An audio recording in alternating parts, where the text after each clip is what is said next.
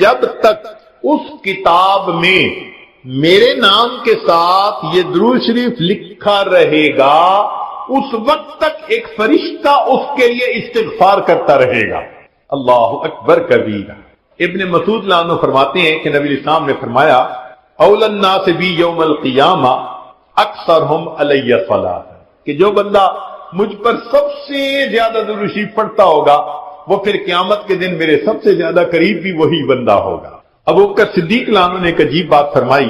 فرماتے تھے کہ الصلاۃ علی النبی امحق للذنوب من الماء البارد للنار، کہ جس طرح ٹھنڈا پانی آگ کو جلدی بجھا دیتا ہے، درود شریف کا پڑھنا انسان کے گناہوں کو اس سے بھی جلدی بجھا دیتا ہے۔ تو درود شریف پڑھنے سے انسان کے گناہ مٹا دیے جاتے ہیں۔ ابو ہریرہ رضی اللہ عنہ فرماتے ہیں کہ نبی علیہ السلام نے فرمایا من نسی الصلاۃ علی نسی طریق الجنہ، جو مجھ پر درود شریف پڑھنا بھول گیا وہ جنت کا راستہ ہی بھول گیا۔ علی رضی اللہ عنہ نے ایک خوبصورت بات کہی، فرماتے تھے واللہ، اللہ کی قسم، اب دیکھیے اللہ کی قسم کھا کے بات کر رہے ہیں، واللہ لولا ما ذکر اللہ ورسولہ فی فضل التسبیح والتکبیر والتحلیل والتحمید لجعلت کل انفاسی صلاۃ علی رسول اللہ صلی اللہ علیہ وسلم، اگر اللہ اور اس کے رسول صلی اللہ علیہ وسلم نے تسبیح، تحمید، تکبیر کے فضائل بیان نہ فرمائے ہوتے تو میں اپنی زندگی کے ہر سانس کو درود شریف پڑھنے میں ہی خرچ کر دیتا۔ ایک اور حدیث مبارکہ سنیے، نبی علیہ الصلوۃ والسلام کے ساتھ صدیق اکبر میں بیٹھے ہوئے ہیں، ایک نوجوان آیا، نبی علیہ السلام نے اسے اپنے اور صدیق اکبر کے درمیان بٹھا دیا، پھر فرمایا کہ ابو بکر میں نے تیرے اور اپنے درمیان اس کو بٹھا دیا، اس بات پہ حیرت تو ہوئی ہوگی، اللہ کے نبی صلی اللہ علیہ وسلم بڑی حیرت ہو رہی ہے۔ فرمایا ان ھذا الفتى یصلی علی صلاۃ ما یصلیھا علی احد من امتی، میرا یہ نوجوان امتی مجھ پر ایسا درود شریف پڑھتا ہے کہ جو درود شریف میری امت میں سے کوئی دوسرا مجھ پر نہیں پڑھتا، اس کی وجہ سے میں نے اس کو اپنے قریب بٹھایا۔ پھر نبی علیہ السلام نے بتلایا کہ وہ کیا درود شریف پڑھتا تھا، اللہم صلی علی محمد عدد من صلی علیہ وصلی علی محمد عدد من لم یصلی علیہ وصلی علی محمد کما امرت بالصلاۃ علیہ وصلی علی محمد کما تحب ان یصلی علیہ وصلی علی محمد کما ینبغی ان یصلی علیہ۔ چنانچہ ہمارے اکابر علماء دیوبند نے باقاعدہ تفصیل لکھی ہے کہ کس کس موقع پر درود شریف پڑھنا چاہیے۔ دخول المسجد والخروج منہ، مسجد میں داخل ہوتے ہوئے یا مسجد سے نکلتے ہوئے درود شریف پڑھنا چاہیے، والتشہد، اتحیات میں بھی درود شریف سب پڑھتے ہیں، ورؤیت المساجد، جب مسجد پر نظر پڑے تو اس وقت بھی درود شریف پڑھنا چاہیے، دخول الاسواق، بازار میں داخل ہوتے ہوئے درود شریف پڑھے، دخول البیت والخروج منہ، گھر میں داخل ہوتے ہوئے گھر سے نکلتے ہوئے بھی درود شریف پڑھنا چاہیے، نسیان الحاجہ، اگر بندہ کوئی بات بھول جائے، چیز رکھ کے بھول جائے، بات بھول جائے، اس وقت بھی نبی علیہ السلام پر درود شریف پڑھنا چاہیے، وقت الفقر، تنگ دستی کے وقت میں بھی درود شریف پڑھے، فی البدایت فی العلم، اور جب کتاب پڑھنے بیٹھے اس وقت بھی درود شریف پڑھے، فی البدایت فی الخطب، جب خطبہ دینا ہو، بیان کرنا ہو تو بھی درود شریف پڑھے، والانتہاء من مجالس العلم، جب علم کی مجلس کا اختتام ہو تو بھی درود شریف پڑھے، فی لقاء الاخوان، دو مسلمان بھائی آپس میں ملیں تو بھی درود شریف پڑھے، فی موادعتہم و مفارقتہم، پھر مدارستاً حدیث نبوی، نبی علیہ السلام کی حدیث مبارکہ جو پڑھائی جائے تو اس وقت بھی درود شریف پڑھے، عند تذکرتہ صلی اللہ علیہ وسلم، نبی علیہ السلام کے جب تذکرہ ہو تو درود شریف پڑھے، عند ذکر اصحابہ، حتیٰ کہ نبی علیہ السلام کے صحابہ کا تذکرہ ہو اس وقت بھی درود شریف پڑھے، عند ذکر شیء من معاصرہ، نبی علیہ السلام سے نسبت رکھنے والی کوئی یادگار چیز کا تذکرہ ہو تو اس وقت بھی درود شریف پڑھے عند دخول المدینہ، مدینہ طیبہ میں داخل ہوتے بھی پڑھے، اور عند المرور علی قبرہ صلی اللہ علیہ وسلم، جب نبی علیہ السلام کے سامنے حاضر ہو مواجہ شریف پر تو اس وقت بھی درود شریف پڑھے۔ درود شریف کے فوائد کیا ہیں؟ کچھ دیر یہ بھی ذرا سن لیجئے۔ فرمایا انہا سبب لہدایت المصلی وحیات قلبہ، درود شریف کے پڑھنے سے دل زندہ ہوتا ہے اور پڑھنے والے کو اللہ ہدایت کے اوپر رکھتے ہیں۔ انہا سبب لزیادت محبت رسول اللہ صلی اللہ علیہ وسلم، درود شریف کے زیادہ پڑھنے سے نبی علیہ الصلوۃ والسلام کے ساتھ زیادہ محبت بڑھ جاتی ہے۔ انہا سبب لزیادت محبت العبد لرسول اللہ صلی اللہ علیہ وسلم، جو درود شریف زیادہ پڑھتا ہے اس بندے کی محبت نبی علیہ السلام کے قلب مبارک میں بھی زیادہ ہو جاتی ہے۔ انہا سبب قرب العبد من ربہ یوم القیامہ، درود شریف کا زیادہ پڑھنا قیامت کے دن اللہ رب العزت کے قرب کا سبب بنتا ہے۔ انہا اداء لشیء من حقہ صلی اللہ علیہ وسلم، نبی علیہ الصلوۃ والسلام کے جو احسانات ہیں درود شریف کا زیادہ پڑھنا گویا ان احسانات کا بدلہ چکانے والی بات ہے۔ انہا سبب کفایت اللہ عبدہ ما اہمہ، جو پریشانیاں ہوتی ہیں درود شریف کے صدقے اللہ رب العزت ان پریشانیوں کو ختم کر دیتی ہیں۔ انہا سبب اجابت الدعاء، دعا کی قبولیت کا یہ سبب ہوتا ہے۔ انہا سبب زکوٰۃ و طہارت للمصلی، جو درود شریف پڑھنے والا ہے اس کا دل اس سے صاف ہوتا ہے، اس کا نفس پاک ہوتا ہے، اور ایسے آدمی کو حدیث میں پاک میں فرمایا کہ جو درود شریف زیادہ پڑھتا ہے وہ بخیل نہیں ہوتا، پھر جو درود شریف زیادہ پڑھتا ہے وہ قیامت کے دن کی حسرت سے بچ جاتا ہے، اور جو درود شریف زیادہ پڑھتا ہے ملائے اعلیٰ میں اس بندے کی تعریفیں بہت ہوتی ہیں، اور اس کے عمر میں اس کے وقت میں اللہ برکتیں عطا فرما دیتے ہیں۔ اور انہا سبب لتثبیت قدم العبد علی الصراط، جو بندہ درود شریف زیادہ پڑھتا ہے قیامت کے دن پل صراط سے گزرتے ہوئے اس کے پاؤں اتنے مضبوط ہوں گے، درود شریف زیادہ پڑھا ہوگا۔ اور ایک اور بات، انہا سبب لثقل کفۃ المیزان، کہ یہ درود شریف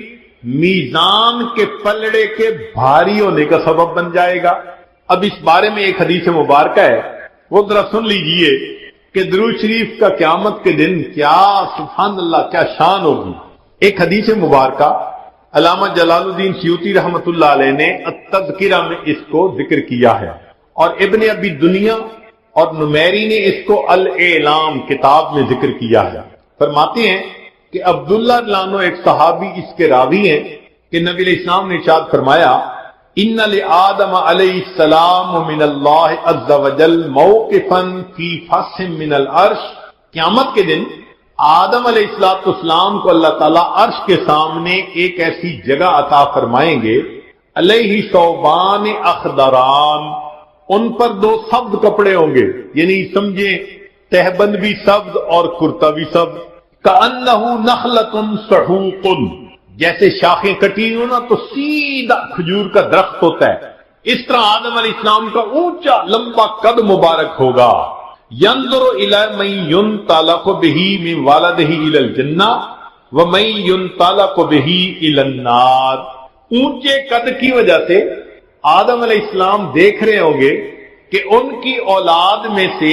کس کو جنت لے جایا جا رہا ہے اور کس کو جہنم لے جایا جا رہا ہے۔ فبین آدم علی ذلک، آدم علیہ السلام اس حال میں ہوں گے،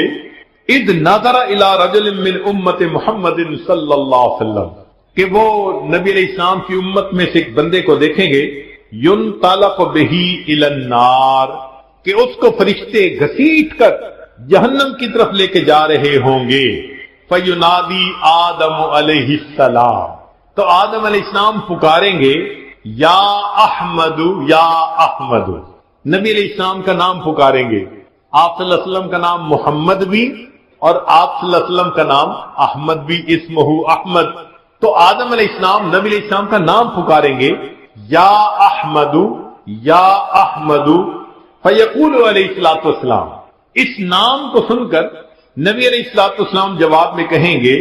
لبیک یا ابل بشر، اے بشر کے والد، لبیک میں حاضر ہوں۔ فیقول، وہ بتلائیں گے ھذا رجل من امتی کا، یہ آپ کی امت کا ایک بندہ ہے، ينطلق به الى النار، اس کو جہنم کی طرف لے جایا جا رہا ہے۔ قال صلی اللہ علیہ وسلم، نبی علیہ السلام نے فرمایا فاشد المئزرہ، میں اپنی چادر کو کس کے باندھ لوں گا۔ یہ عربوں میں ایک مقولہ تھا، جب انہیں کسی اہم کام کے لیے اٹھنا ہوتا تھا نا تو کہتے تھے جی ذرا چادر کو کس کے باندھو چلو، تو نبی علیہ السلام فرماتے ہیں میں اپنی چادر کو کس کے باندھ لوں گا۔ وَأَسْرَعُ فِي أَثَرِ الْمَلَائِكَةِ، اور میں تیزی سے چلوں گا ان فرشتوں کے پیچھے جو میری امتی کو جہنم لے کے جا رہے ہوں گے۔ فَأَقُولُ، اور میں یہ کہوں گا یا رسول ربی، اے میرے رب کے نمائندو، کفو، رک جاؤ۔ فَيَقُولُونَ،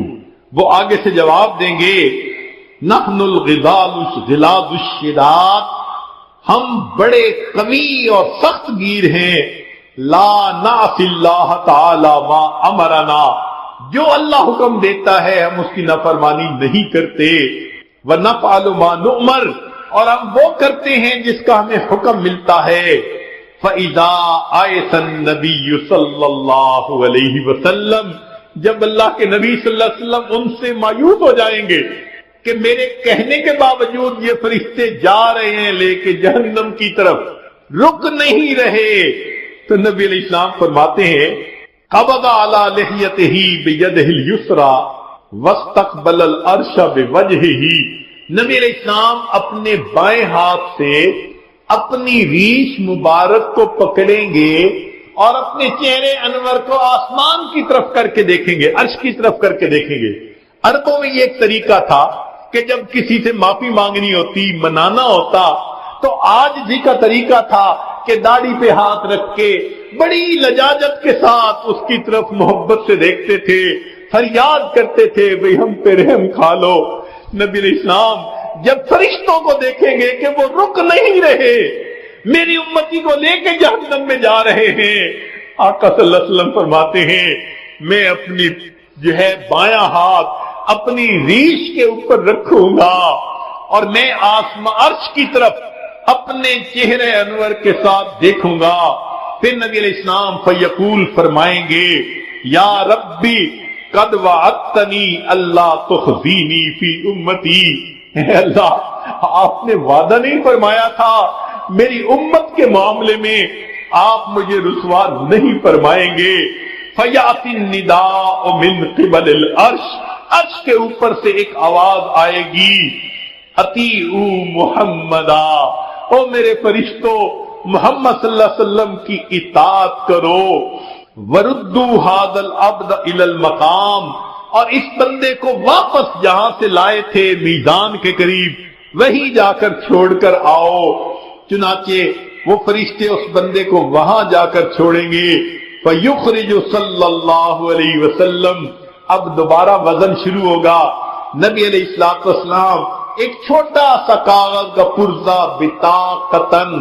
کاغذ کا پرزہ نکالیں گے، بیضاء، سفید ہوگا، کل انملتے، جیسے انگلی کا پورا ہوتا ہے اس کے برابر ہوگا، فیلقیھا فی کفۃ المیزان الیمنی، اس کاغذ کے ٹکڑے کو نبی علیہ السلام نیکیوں کے پلڑے میں ڈال دیں گے، وَهُوَ يَقُولُ بسم اللہ، اور نبی علیہ السلام ڈالتے ہوئے بسم اللہ فرمائیں گے، فَتَرْجِعُ الْحَسَنَاتُ عَلَى السَّيِّئَاتِ، نیکیوں کا پلڑا بھاری ہو جائے گا، گناہوں کا پلڑا ہلکا ہو جائے گا۔ فَيُنَادِ الْمُنَادِي، ندا دے گا وہ ندا دینے والا، سوئدہ و سوئدہ جدہ، یہ بندہ اس کے اجداد سعید بن گئے، اس کی نیکیاں زیادہ ہو گئیں، وثقلت موازینہ، انطلقوا بہ الی الجنہ، اب اس کو جنت لے کر جاؤ۔ فیقول یا رسول ربی، جب جنت لے جانے لگیں گے تب وہ بندہ کہے گا اے میرے رب کے نمائندوں فرشتوں کیفو ذرا رک جاؤ حتی اسأل ھذا العبد الکریم علی ربہ، حتیٰ کہ میں اس کریم بندے سے ذرا معلوم تو کر لوں. فیقول پھر وہ یہ کہے گا بے ابی انت و امی، آپ کے اوپر میرے ماں باپ قربان جائیں. ما احسن وجہ کا، آپ کا چہرہ کتنا خوبصورت ہے. وہ احسن خلق کا، آپ کی پرسنالٹی شخصیت کتنی پیاری ہے. من انتا، آپ کون ہیں. فقد عقلتنی اسرتی، آپ نے میرے گناہوں کو مٹا کے رکھ دیا. ورحمت عبرتی، میری لغزشوں کو کم کر دیا. فیقول علیہ الصلوۃ والسلام، نبی علیہ السلام جواب میں فرمائیں گے انا نبیوں کا محمد، میں محمد صلی اللہ علیہ وسلم تیرا نبی ہوں. وہذہ صلاتک، اور یہ وہ درود شریف ہے التی کنت تصلی علیہ، جو تو مجھ پر پڑھا کرتا تھا. وفیتکھا، میں نے تمہیں اس کا بدلہ دیا. احوج ما تکون الیہا، جب تجھے اس کی بہت ضرورت تھی. سوچئے آج نبی علیہ السلام پر درود شریف کا پڑھنا کل قیامت کے دن میزان میں نیکیوں کے بھاری ہونے کا سبب بن جائے گا. دعا ہے اللہ رب العزت ہمیں اپنے حبیب صلی اللہ علیہ وسلم کی سچی محبت عطا فرمائیں، ان کا احترام، ان کی عزت اکرام وہ بھی دل میں عطا فرمائیں، ان کی سنتوں کی محبت کے ساتھ اتباع کرنے کی بھی توفیق عطا فرمائیں، اور کثرت سے درود شریف پڑھ کر نبی علیہ السلام کی محبت کو دل میں بھرنے کی توفیق عطا فرمائیں. حضرت قاری محمد طیب رحمۃ اللہ علیہ نے عجیب بات لکھی. فرماتے ہیں کہ ذات و صفات کی آیات اعمال نبوی، تکوین کی آیات استدلال نبوی، توجہ اللہ کی آیات خلوت نبوی، تربیت خلق کی آیات جلوت نبوی، مہر کی آیات جمال نبوی، قہر کی آیات جلال نبوی، تجلیات حق کی آیات مشاہدہ نبوی، ابتغاء وجہ اللہ کی آیات مراقبہ نبوی، ترک دنیا کی آیات مجاہدہ نبوی، احوال محشر کی آیات محاسبہ نبوی، نفی غیر کی آیات فنایت نبوی، اثبات حق کی آیات بقائیت نبوی، نعیم جنت کی آیات شوق نبوی، عذاب جہنم کی آیات خوف نبوی، انعام کی آیات انس نبوی، انتقام کی آیات حزن نبوی. قرآن پورا کا پورا کلام اللہ ہے، تو دوسرے لفظوں میں یہ سیرت رسول اللہ صلی اللہ علیہ وسلم ہے. جس محبوب صلی اللہ علیہ وسلم کی حسن و جمال کے تذکرے اللہ رب العزت نے کیے ہوں اور جن کے ذکر کو انہوں نے بلند فرمایا ہو، ان کی شان میں ہم خطا کار اور گناہ گار کیا کہہ سکتے ہیں. سچی بات تو یہی ہے کہ شاعر نے کہا، ہزار بار بشویم دہن لمشک و گلاب، ہنوز نام تو گفتن کمال بے ادبیست. اے اللہ کے حبیب صلی اللہ علیہ وسلم، اگر ہم ہزار مرتبہ بھی اپنے منہ کو مشک اور گلاب سے دھو لیں، پھر بھی ہم خطا کاروں کے لیے آپ کا نام نامی اس میں گرامی لینا بے ادبی ہی ہے. آپ صلی اللہ علیہ وسلم مصطفیٰ بھی ہیں، مجتبیٰ بھی ہیں، طاہر بھی ہیں، مطہر بھی ہیں. آپ صلی اللہ علیہ وسلم بشیر بھی ہیں، نذیر بھی ہیں، طٰہٰ بھی ہیں، یاسین بھی ہیں، صادق الامین بھی ہیں، تو رحمت للعالمین بھی ہیں. وما ارسلناک الا رحمت للعالمین. چنانچہ آپ کی صحبت مبارکہ میں ابو بکر آئے تو صدیق بن گئے، عمر آئے تو فاروق بن گئے، عثمان غنی آئے تو ذی النورین بن گئے، علی المرتضیٰ آئے تو باب العلم بن گئے، سلمان رضی اللہ عنہ آئے تو اہل بیت میں سے بن گئے، ابو ذر رضی اللہ عنہ آئے تو فقراء کے تاجدار بن گئے، حمزہ رضی اللہ عنہ آئے تو سید الشہداء بن گئے، ابو ہریرہ رضی اللہ عنہ آئے تو حافظ الحدیث بن گئے، ابن مسعود رضی اللہ عنہ آئے تو فقیہ امت بن گئے، ابن عمر رضی اللہ عنہ آئے تو امام المحدثین بنے، ابن عباس رضی اللہ عنہ آئے تو امام المفسرین بنے، حنظلہ رضی اللہ عنہ آئے تو غسیل الملائکہ بنے، بلال رضی اللہ عنہ آئے تو مؤذن بنے، جس نے نماز پڑھتے دیکھا وہ نمازی بنا، جس نے نبی علیہ الصلوۃ والسلام کی مبارک معیت میں بیت اللہ کو دیکھا وہ حاجی بنا، جس نے چہرہ انور کو دیکھا وہ صحابی بنا۔ خود نہ تھے جو راہ پر اوروں کے ہادی بن گئے، وہ کیا نظر تھی جس نے مردوں کو مسیحا کر دیا۔ چنانچہ اللہ کے حبیب صلی اللہ علیہ وسلم کی تعلیمات ایسی ہیں کہ آپ صلی اللہ علیہ وسلم کی رحمت سے ہر کسی کو فائدہ ملا، ساری مخلوق کو فائدہ ملا۔ انسانوں کو تو ملا، انسانوں کے ساتھ جنوں کو اور انسانوں کے ساتھ جانوروں کو، حتیٰ کہ ملائکہ کو بھی ملا۔ چنانچہ حدیث پاک میں ہے کہ نبی علیہ السلام نے ایک مرتبہ پوچھا، جبرائیل کیا آپ کو میری رحمت للعالمین سے حصہ ملا؟ عرض کیا، اے اللہ کے حبیب صلی اللہ علیہ وسلم، آپ کی تشریف آوری سے پہلے مجھے ہر وقت اپنے انجام کی فکر رہتی تھی۔ میں نے شیطان کو اپنی آنکھوں کے سامنے مردود ہوتے دیکھا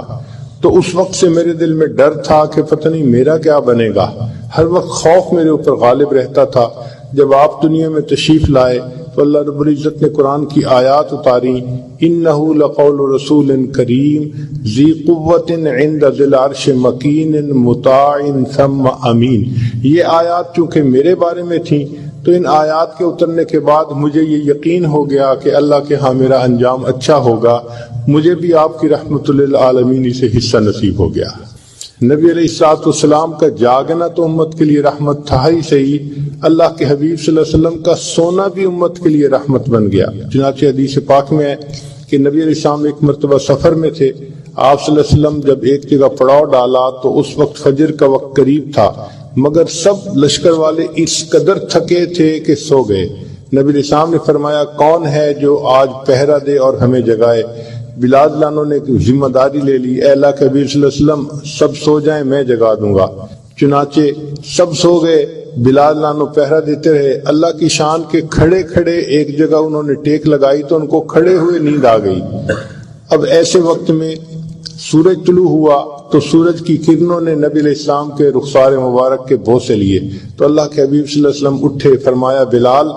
آپ نے تو کہا تھا کہ ہمیں جگائیں گے اور آپ خود بھی سو گئے۔ عرض کیا، اے اللہ کے حبیب صلی اللہ علیہ وسلم، جس ذات نے آپ کو سلایا اس ذات نے مجھے بھی سلا دیا۔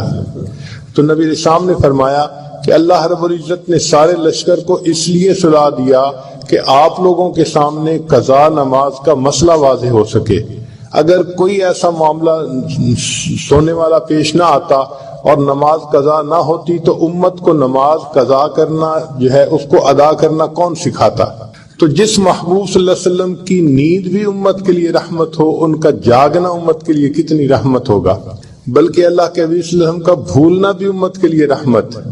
حدیث پاک میں ہے کہ نبی علیہ السلام نے امامت فرمائی اور 4 رکعت کی بجائے 2 پہ سلام پھیر دیا تو صحابہ نے پوچھا، اے اللہ کے حبیب صلی اللہ علیہ وسلم کیا آج کے بعد یہ نماز 2 رکعت بن گئی؟ فرمایا، لا نسیتو بل نسیتو، میں بھولا نہیں، میں بھلا دیا گیا ہوں، اور اللہ نے مجھے اس لیے بھلا دیا گیا ہے کہ بھولنے کے بعد میں آپ لوگوں کو بتاؤں کہ سجدہ سہو کر کے نماز پوری کیسے کی جاتی ہے۔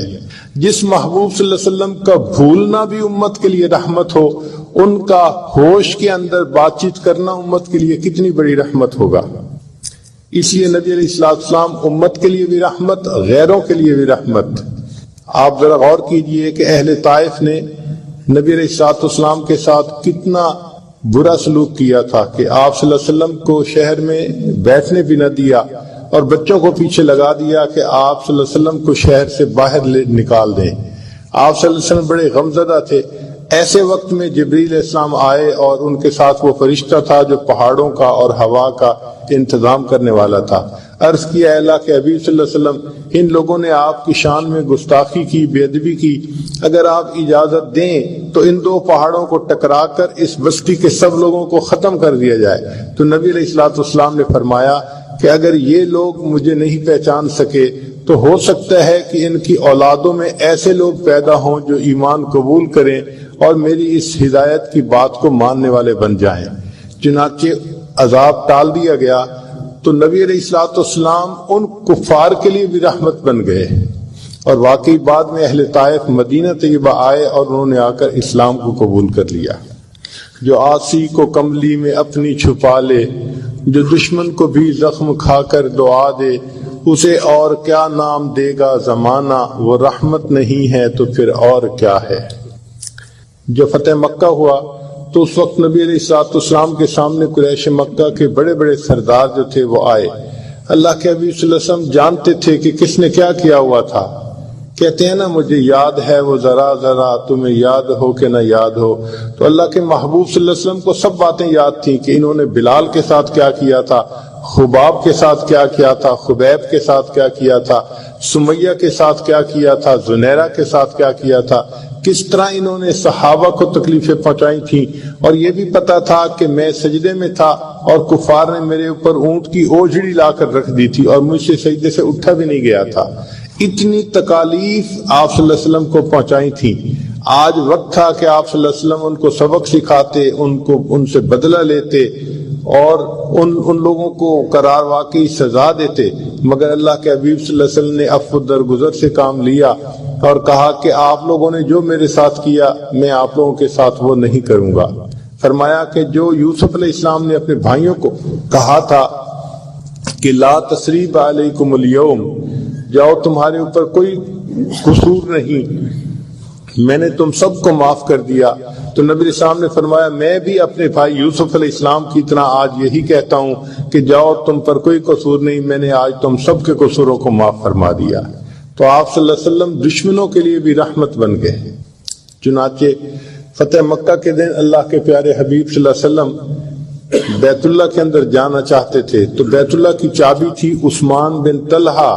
ایک شخص تھے ان کے پاس۔ نبی علیہ السلام نے ان کو بلایا، فرمایا عثمان مجھے بیت اللہ کی چابی چاہیے، تو اس نے چابی دے دی۔ نبی علیہ السلام بیت اللہ کا دروازہ کھل کر اندر تشریف لے گئے۔ نبی علیہ السلام نے 2 رکعت نفل ادا کیے، پھر دعا مانگی۔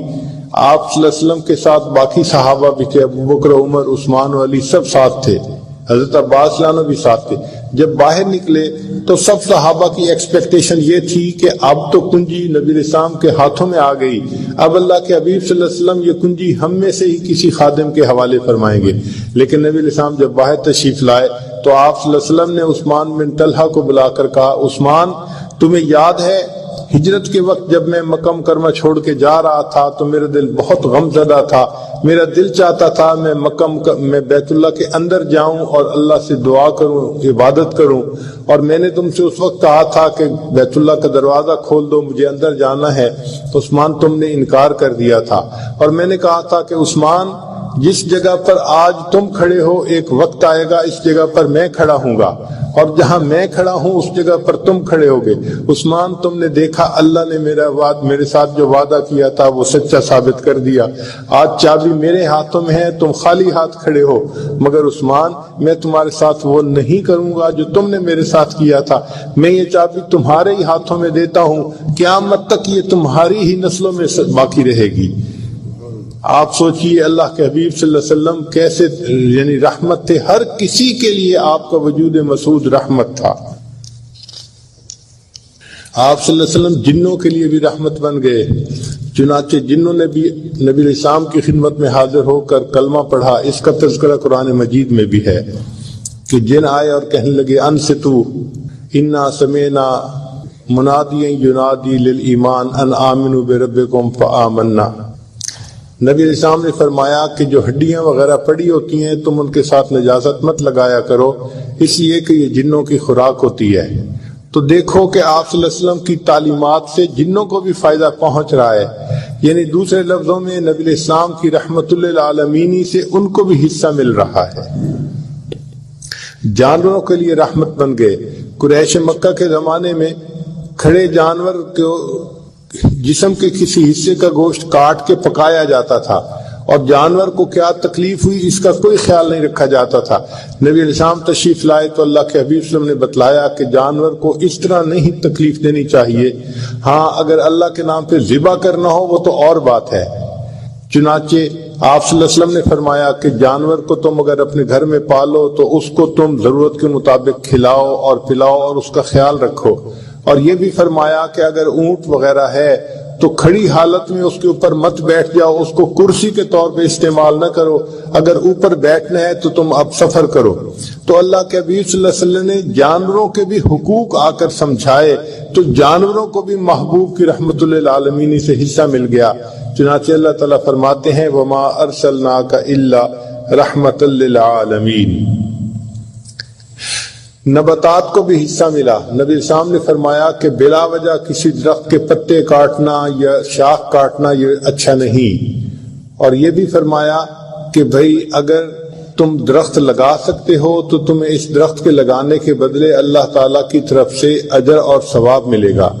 تو دیکھیے کہ درختوں کو لگانے کا حکم دیا اور کاٹنے سے منع فرمایا، بلا ضرورت جو کاٹ دیا جاتا ہے۔ تو گویا درختوں کو بھی نبی اسلام کی تعلیمات سے پروٹیکشن مل گئی، یعنی ان کو بھی نبی اسلام کی رحمت للعالمین سے حصہ ملا۔ فرمایا وما ارسلناک الا رحمت للعالمین۔ اگر ہم انسانوں کو دیکھیں تو معاشرے کے ہر فرد کو نبی اسلام کی رحمت للعالمین سے حصہ ملا۔ فرض کرو گھر کے اندر ماں کا ایک درجہ ہوتا ہے، تو نبی علیہ السلام نے فرمایا کہ الجنت تحت اقدام امہاتکم، جنت تمہارے لیے ماں کے قدموں کے نیچے ہے۔ ماں کی یہ عظمت نبی علیہ السلام نے آ کر بتائی۔ اس سے پہلے دنیا عظمت نہیں جانتی تھی، بلکہ زمانے جاہلیت میں کفار کا تو یہ حال تھا کہ باپ فوت ہوتا تھا تو ماں باقی مال کی وراثت کی طرح بچوں میں تقسیم ہوتی تھی، تو بچے اپنی ماں سے خود نکاح کر لیا کرتے تھے۔ آپ ذرا غور کیجئے کہ اس وقت ماں کا کیا حال تھا۔ نبی علیہ السلام نے آ کر ماں کی شان کتنی سمجھائی اور بتائی کہ بھئی تم اس کی خدمت کرو گے تو تمہیں اپنے اللہ رب العزت کی رضا نصیب ہوگی۔ تو ماں کو بھی نبی علیہ السلام کی رحمت للعالمین سے حصہ ملا، پھر والد کو بھی حصہ ملا۔ اس لیے نبی علیہ السلام نے فرمایا جس شخص نے اپنے والد کے چہرے پر محبت کی ایک نظر ڈالی، اس کے بدلے اللہ تعالیٰ اس کو ایک حج یا ایک عمرے کا ثواب عطا فرمائیں گے۔ دنیا باپ کا مقام نہیں جانتی تھی، یہ مقام کس نے آ کر دنیا کو بتایا؟ اللہ کے محبوب صلی اللہ علیہ وسلم نے بتایا۔ چنانچہ فرمایا کہ تمہارے والد کی رضا میں تمہاری رضا اللہ کی رضا ہے، اور والد کی ناراضگی میں تمہارے رب کی ناراضگی ہے۔ پھر اللہ کے حبیب صلی اللہ علیہ وسلم کی رحمت للعالمین سے گھر کے باقی افراد کو بھی حصہ ملا۔ مثال کے طور پر اولاد کو بھی حصہ ملا۔ نبی علیہ السلام نے فرمایا کہ جب باپ اپنے بچے کو محبت سے بوسہ دیتا ہے تو ریح الولد میں ریح الجنہ، یہ جو بچے کی مہک وہ سونگتا ہے، اللہ تعالیٰ اس کے بدلے اس کو جنت کی مہک سونگنے کی توفیق عطا فرمائیں گے۔ تو اولاد کو بھی نبی علیہ السلام کی رحمت للعالمین سے حصہ مل رہا ہے۔ بیٹی کو بھی حصہ ملا، بیٹے کو بھی حصہ ملا۔ چنانچہ نبی علیہ السلام کی خدمت میں ایک صحابی حاضر ہوئے، انہوں نے ایک چھوٹی سی بچی کو اٹھایا ہوا تھا، اس کو پیار کر رہے تھے مگر آنکھوں میں آنسو تھے۔ نبی علیہ السلام نے پوچھا کہ کیا معاملہ ہے کہ تم اس بچی کو پیار بھی کر رہے ہو اور تم رو بھی رہے ہو؟ اے اللہ کے حبیب صلی اللہ علیہ وسلم، زمانے جاہلیت میں نے بہت بڑا گناہ کر لیا کہ مجھے گھر میں بیٹی کا پیدا ہونا بہت ناپسند تھا۔ میں نے اپنی بیوی کو کہا ہوا تھا کہ اگر میرے ہاں بیٹی پیدا ہوئی تو میں اس کو زندہ دفن کر دوں گا۔ میں تجارتی سفر پہ چلا گیا تھا، واپسی پہ میرے پیچھے میرے ہاں جو ہے وہ بیٹی کی ولادت ہوئی، مگر میری بیوی نے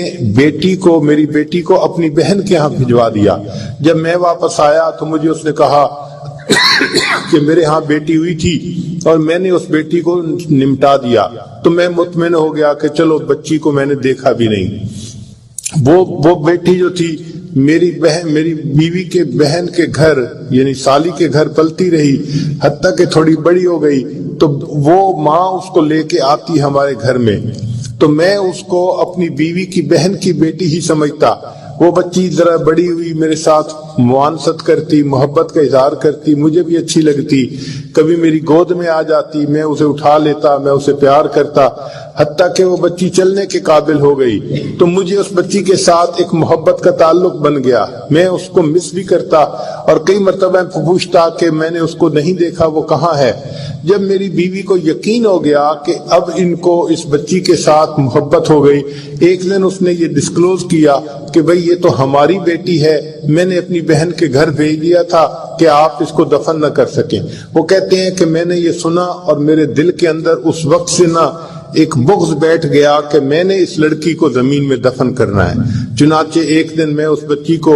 میں اس کو بازار لے کے جاتا تھا، وہ میرے ساتھ کھیلتی تھی، باتیں